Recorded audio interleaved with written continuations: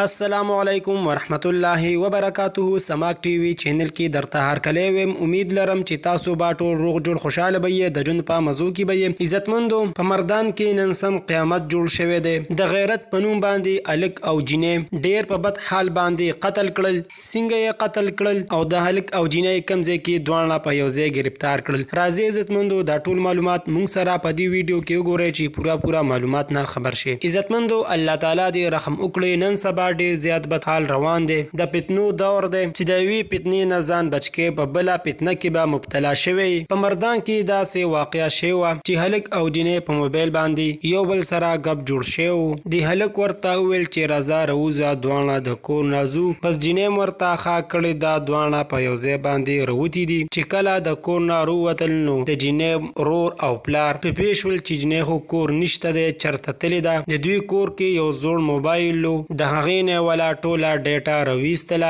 او ورپسې رور او پلار روان شول. په چوټه لاهور کې دواړه گرفتار کړل. دواړه یې یو دشت ته یعنی یو شاړې ته بوتلل او په تیره چاړه باندې خلال کړل چې دواړو له مرۍ پرې کړې وي او وینې ته بهېدلې. ډیر په بد حال باندې وفات شول. الله تعالی دې مغفرت نصیب کړي. عزتمندو، مونږ ته پکار دي چې کله هم رشته کوو د هلک یا جینۍ نه مکمل تپوس کوو چې آیا ستا په دې باندې رضا ده نه. بیا د هغې نه بعد ورله نکاح تړو. وروسته د دې نه بیا ډېرې غټې مسلې جوړېږي. نو پکار دا ده چې مونږ مخکې تفتیش وکړو چې بیا وروسته د غم او پریشانۍ نه ځان وساتو. دوستانو، دا وه زموږ د دې وخت نیو معلوماتي ویډیو. د نورو نیو معلوماتي ویډیو دپاره زموږ د چینل سره سبسکرایب کړئ، خوا کې وساټلی نشان ووایئ چې هر یوه نیو معلوماتي ویډیو تاسو ته په اسانۍ سره میلاویږي. والسلام.